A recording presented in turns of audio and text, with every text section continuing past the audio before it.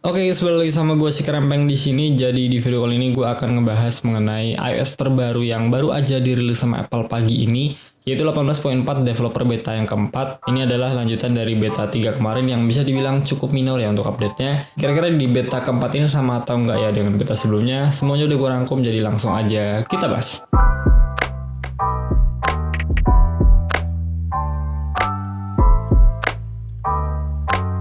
Ya, ini dia iOS-nya 18.4 developer beta yang keempat. Ini gue update langsung pakai iPhone utama gue ya, iPhone 15 Pro Max. Dari posisi awalnya tuh beta 3, gue dapetin size update itu sebesar 738,2 MB. Ini tergolong kecil banget ya untuk size update-nya, itu nggak nyampe 1 GB. Karena memang ternyata untuk di dalam itu minor update aja ya, sama seperti di beta 3 kemarin. Sekarang kita akan cek untuk build number-nya. Kita pergi aja ke bagian setting, pergi ke bagian general, about iOS version.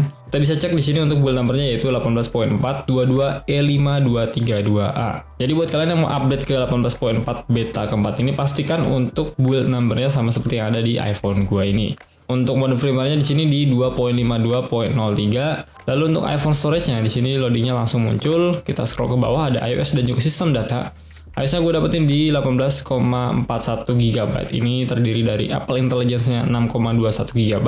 Dan juga iOS-nya 12,19 GB ya. Kalau untuk sistem datanya, gue dapetin di angka 14,32 GB. Ini tergolong besar ya untuk sistem datanya, karena memang biasanya tuh ada di angka 9 sampai mungkin 10 GB untuk maksimalnya. Jadi tenang aja, ini tuh tentatif ya, dia akan berubah-ubah seiring waktu berjalan. Selanjutnya kita berbicara mengenai apa aja sih yang baru di 18.4 beta keempat ini. Karena ini minor update ya, jadi nggak terlalu banyak hal yang baru di dalamnya. Bahkan sedikit banget ya, kalau kita bisa cek itu untuk di bagian backtab sini, ke bagian setting, kita pilih yang accessibility, scroll ke bawah, pilih yang touch di sini. Scroll ke bawah lagi, di sini ada backtap ya, kondisinya on. Kalau kita tap, nah dia tuh ada pilihan double tap dan juga triple tap. Sementara di beta 3 kemarin tuh ada pilihan enable ya, enable untuk si bannernya. Kan di beta 3, beta 2 tuh kan ada banner gitu. Kalau kita back tap dia muncul banner ya. Ini gua akan kasih tahu, udah gua sempat screenshot. Nah kayak gini, untuk back tapnya itu ada 3 pilihan ya, ada double tap, ada triple tap, dan juga ada show banner. Yang mana banner ini kalau misalnya kita tap 2 kali itu munculnya akan seperti ini. Tuh. Ini kan backtapnya double tap gue setting ke control center ya, jadi dia munculin control center.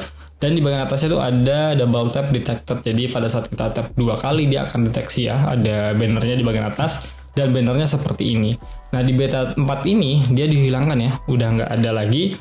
Gue gak tahu kenapa, mungkin Apple pengen uji coba aja kali ya di beta 2 dan juga beta 3. Dan kelihatannya memang kurang bagus sih untuk si bannernya ini munculnya tuh kayak maksain gitu loh, bannernya full kayak gitu di bagian bawah si Dynamic Island-nya. Makanya langsung dihapuskan sama Apple. Tapi gue sih berharapnya untuk fitur enable sama disable di sini harusnya nggak usah dihilangin ya. Jadi buat kalian yang nggak suka kayak gue gini tuh bisa di disable aja ya untuk si bannernya. Dan untuk orang yang suka bisa langsung enable aja. Karena memang ada beberapa yang kayak nggak sengaja ketap gitu, terus dia nggak tahu tiba-tiba kok masuk control center. Nah kalau ada banner kayak tadi, paling nggak ngasih tahu buat mereka yang nggak sengaja ketap tadi ya, bahwasannya memang double tap atau triple tapnya lagi aktif. Mungkin solusinya bisa dibikin lebih bagus lagi ya untuk bannernya, nggak cuman bar panjang kayak gini di bagian bawah Dynamic Island, bisa dibikin lebih variatif dan lebih bagus lagi ya harusnya di bagian atas ini. Tapi ya Apple sudah memutuskan untuk menghilangkan dari show bannernya ya. Gue nggak tahu ntar di beta 5 RC itu dimuncul lagi atau enggak, tapi gue sih berharap mending dimunculin aja ya, tinggal kita disable aja kalau misalnya nggak mau dipakai.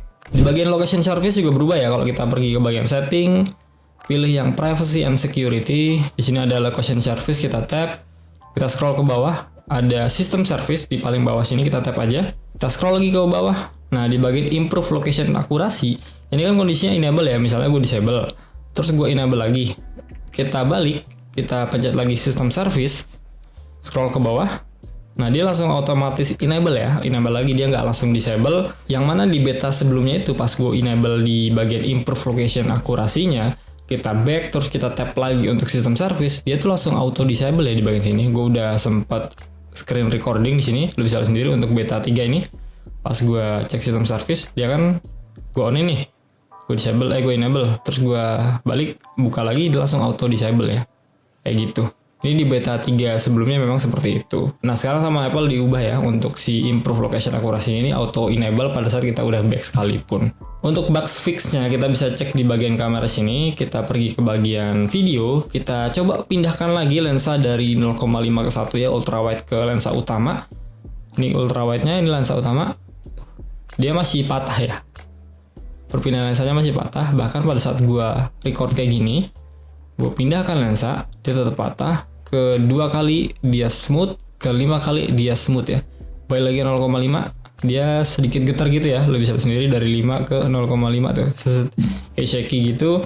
Terus dari ultrawide ke lensa wide-nya dia patah. Jadi masih patah ya untuk si perpindahan lensa dari ultrawide ke lensa utamanya. Satu hal lagi bugs yang masih gue alami itu di bagian perpindahan lensa belakang ke depan ya. Jadi pada saat gue tap si kamera depannya tuh dia ngeblur kayak gini, jeda gitu sekitar 2-3 detik baru munculin kamera depannya. Dan ini masih gue alami di beta keempat. Ya semoga aja di beta kelima RC ataupun yang versi resminya udah di fix sama Apple. Bugs notification center juga sepertinya udah di fix untuk scrollingnya, karena ada beberapa user yang ngalamin suka nge-freeze gitu untuk si notification centernya nggak bisa di scroll seperti ini. Dan memang dia juga tumpang tindih untuk si notifikasinya antara YouTube sama Instagram itu dia kayak tumpuk-tumpukan gitu. Itu sempat dialamin beberapa user.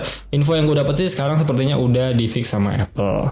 Kemudian untuk release note-nya iOS dan juga iPadOS 18.4 beta keempat juga di sini ada beberapa perbaikan ya. Di bagian Apple Intelligence udah di fix. Apple Vision Pro itu ada juga perbaikannya. Notification tadi kita udah bahas. Ada Siri juga, StoreKit itu udah beberapa diperbaiki ya untuk isu-isu bugs yang ada di dalamnya.